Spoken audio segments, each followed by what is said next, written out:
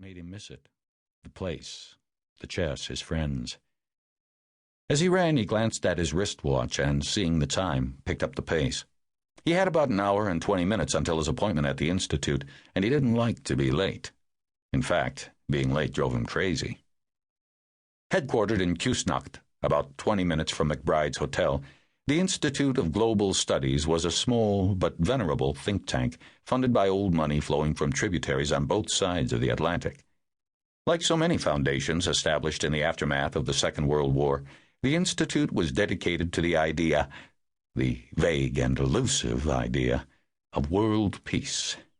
Toward that end, it hosted conferences and awarded fellowships each year to a handful of brilliant youths whose research interests coincided with the Foundation's own. These included topics as diverse as the rise of paramilitary formations in Central Africa, Islam and the Internet, deforestation in Nepal, and McBride's own study, which concerned the therapeutic components of animist religions. With the Cold War a thing of the past, the Foundation's directors had formed the opinion that future conflicts would be low-intensity struggles fueled, in most cases, by ethnic and religious differences. With advanced degrees in clinical psychology and modern history, McBride had been traveling for nearly 2 years. During that time, he had produced reports on, among other things, the mass conversion techniques of faith healers in Brazil, the induction of trance states in Haitian voodoo ceremonies, and the role of forest herbs in the rites of candomblé. 2 of these reports had been published in the New York Times Magazine, and this had led to a book contract. In 3 months, his fellowship would be up for renewal, and after thinking it over, he had decided to take a pass. He was a little tired of living out of suitcases and ready to focus on writing a book. And since the Foundation had summoned him to Zurich for their annual chat, it was the perfect opportunity to let them know of his decision in advance.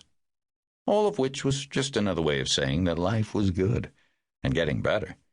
If McBride's meeting went as planned, he could catch the 6 o'clock flight to London, arriving in time for dinner with Jane herself, the real Jane, whom he hadn't seen in months. Sweet Jane, sweet Jane. It was this prospect that spurred his pace, so that he got back to his hotel, the Florida, nearly 10 minutes earlier than he had expected. This gave him plenty of time to shower, shave, and dress, as well as to pack his only bag, a canvas duffel that had seen better days. His meeting was with the Foundation's director, Gunnar Opdahl, a wealthy and cosmopolitan Norwegian surgeon who had given up medicine for philanthropy. Having spoken with Opdahl by telephone from California, McBride knew that the director wanted him to re-up for a 3rd year. He was glad that he had this opportunity to meet with Opdahl face-to-face. It would give him the chance to discuss the reasons behind his decision to leave, while at the same time expressing his gratitude to the Institute. And while he was at it, he could visit Jane on the way home. The Institute was headquartered in a turn-of-the-century townhouse, a brooding pile of granite built by a Swiss industrialist who had later hanged himself from a chandelier in the foyer, damaging it in the process. The building was 3 stories tall, with mullioned windows and wavy antique glass. There were copper gutters with gargoyles at the downspouts, a trio of chimneys poking through the tiled roof, and 6 window boxes dripping with flowers. A small brass plaque beside the massive front door declared the Foundation's identity in German, French, and English. Above the leaded glass transom, a closed-circuit television camera stared down as he rang the doorbell once, twice, and "Lou!" The door swung open, and Gunnar Opdahl surged into view, eclipsing the room behind him.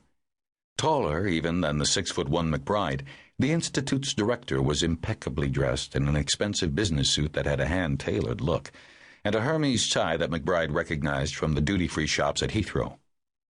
Rangy, yet solidly built, the 50-ish Opdahl moved with the grace and languor of an aging athlete, which, in fact, he was, having won a bronze medal in the downhill decades earlier.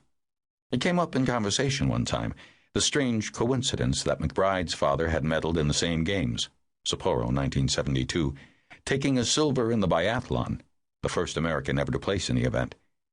Opdahl had winced good-naturedly, complaining that Norway owns the biathlon. At least we're supposed to. Now Opdahl shook his hand and clapped a friendly arm around